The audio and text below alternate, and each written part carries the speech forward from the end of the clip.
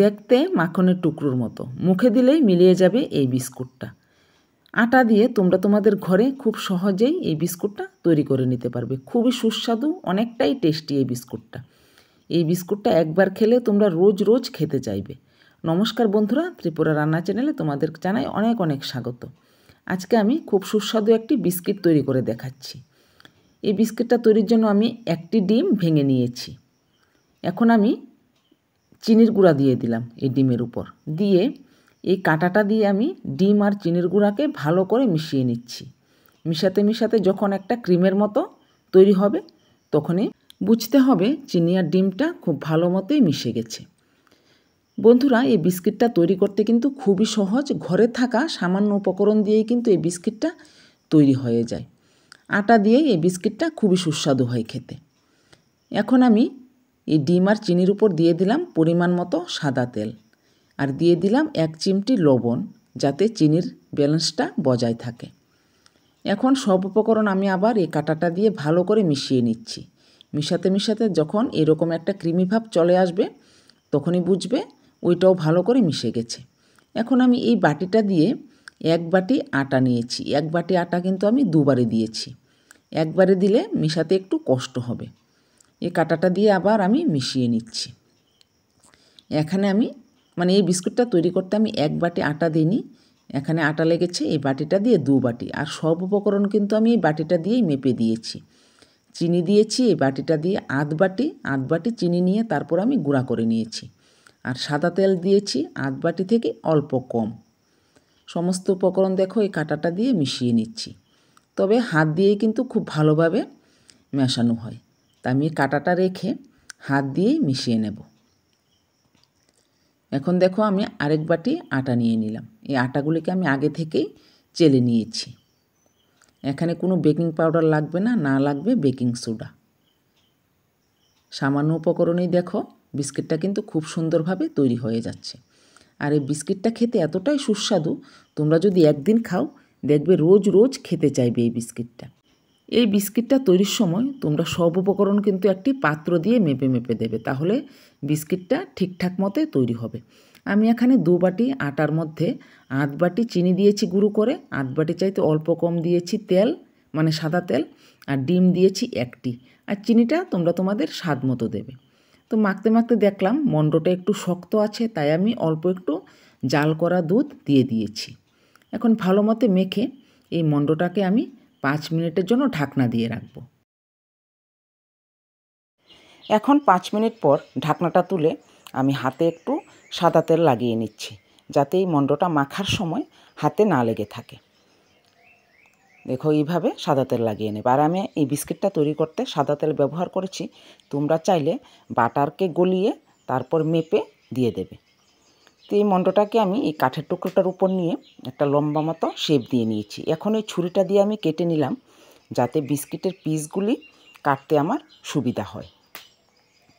তো তোমরা তোমাদের পছন্দ মতো যে কোনো আকার দিয়ে দিতে পারবে বিস্কিটের।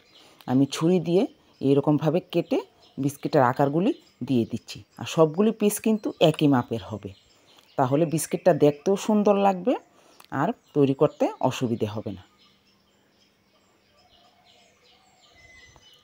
খুব সুন্দরভাবেই কিন্তু বিস্কিটটা তৈরি হয়ে যায়, একদম ঝামেলা নেই বিস্কিটটা তৈরি করতে। বন্ধুরা, এইভাবে এই বিস্কিটটা তৈরি করে তোমরা যে কোনো কৌটোয় 10 থেকে 15 দিনের মতো সংরক্ষণ করতে পারবে। আর এখানে আমি আটা দিয়ে বিস্কিটটা তৈরি করছি, তোমরা চাইলে ময়দা দিয়েও কিন্তু এই বিস্কিটটা তৈরি করতে পারবে। খেতে কিন্তু এই রকমই টেস্টি হবে। এই পিসগুলিকে আমি হাতের আঙুল দিয়ে একটু চ্যাপটা করে নিয়ে একটি থালায় নিয়ে নিচ্ছি। সবগুলি পিস আমি তৈরি করে নিয়েছি। এখন এই মণ্ডটা থেকেও আমি আরও কয়েকটি বিস্কিটের পিস তৈরি করে নিচ্ছি। বন্ধুরা, আমার চ্যানেলের রেসিপিগুলি তোমাদের কেমন লাগে অবশ্যই আমাকে কমেন্টে জানাবে।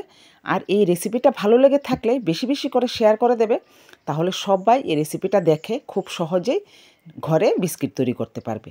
অনেকেরই মনে ধারণা থাকে কিভাবে ঘরে বিস্কিট তৈরি করা যায়।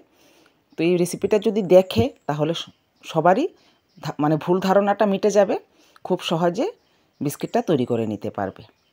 আরেকটি কথা বন্ধুরা, তোমরা তো কেউ লাইক দিতে ভুলোনি। হ্যাঁ, আমি জানি তোমরা সবাই ভিডিওর শুরুতেই লাইক দিয়ে দেখা শুরু করে দিয়েছো। এইভাবেই যারা আমার পাশে আছো তাদেরকে অসংখ্য ধন্যবাদ। আর যারা রেসিপিটা দেখছো তবে সাবস্ক্রাইব করোনি তাদেরকেও অনুরোধ করছি তোমরা সাবস্ক্রাইব করে আমার পাশে থাকো, তাহলে এই রকম আরও অনেক রেসিপি পেয়ে যাবে। আর এইদিকে দেখো সবকটা বিস্কিটেরই আমি পিস তৈরি করে গরম তেলে ভেজে নিচ্ছি। তবে তেলটা কিন্তু সাদা তেল হলেই ভালো হয়। এই তেলটাকে গ্যাসের আঁচটা লোতে রেখেই কিন্তু গরম করে নিতে হবে। গ্যাসের আঁচটা হাই রেখে তেলটা গরম করলে তেলটাও পুড়ে যাবে, আর বিস্কিটের পিসগুলি তেলে দেওয়ার সঙ্গে সঙ্গে ওইগুলিও পুড়ে যাবে, দেখতে ভালো লাগবে না, উপর দিয়ে ভাজা হয়ে যাবে আর ভিতরটা কাঁচা থাকবে। আর এইদিকে দেখো আমি কয়েকটি পিস কিন্তু তেলে দিয়ে দিয়েছি। তো তোমরা কি করবে, প্রথমে 2 থেকে 3টি করেই পিস তেলে দিয়ে ভেজে নেবে। এরকমভাবে বেশি করে তেলে দিলে দেখো একটি পিস কিন্তু ভেঙে যাচ্ছে, আমি উল্টাতে পারছি না, অসুবিধে হবে।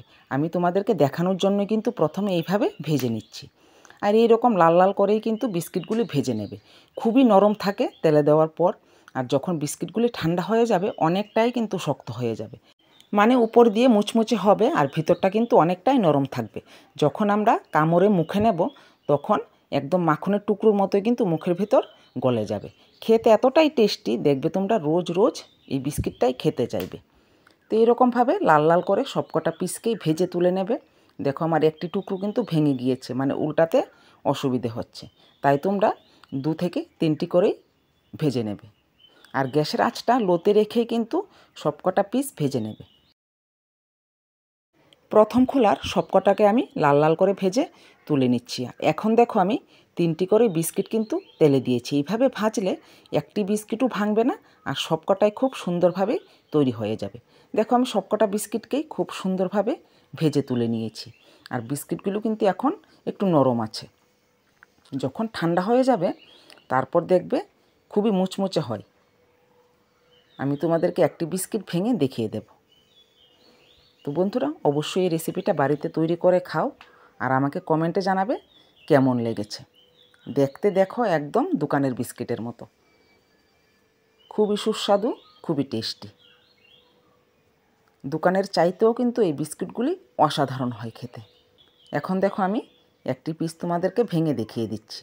দেখো উপরটা মুচমুচে আর ভিতরটা কিন্তু অনেকটাই নরম।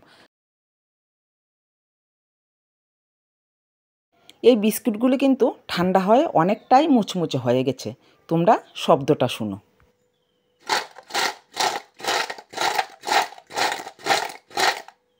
একটি বিস্কুটও কিন্তু ভাঙেনি, তার মানে বিস্কিটটা একদম পারফেক্টলি তৈরি হয়েছে। তো বন্ধুরা অবশ্যই বাড়িতে এই রেসিপিটা তৈরি করে খাও, আর এইভাবেই আমার পাশে থেকো সবাই। তোমরা সবাই ভালো থেকো, সুস্থ থেকো। আবার নেক্সট দিন আরেকটি রেসিপি নিয়ে হাজির হয়ে যাব।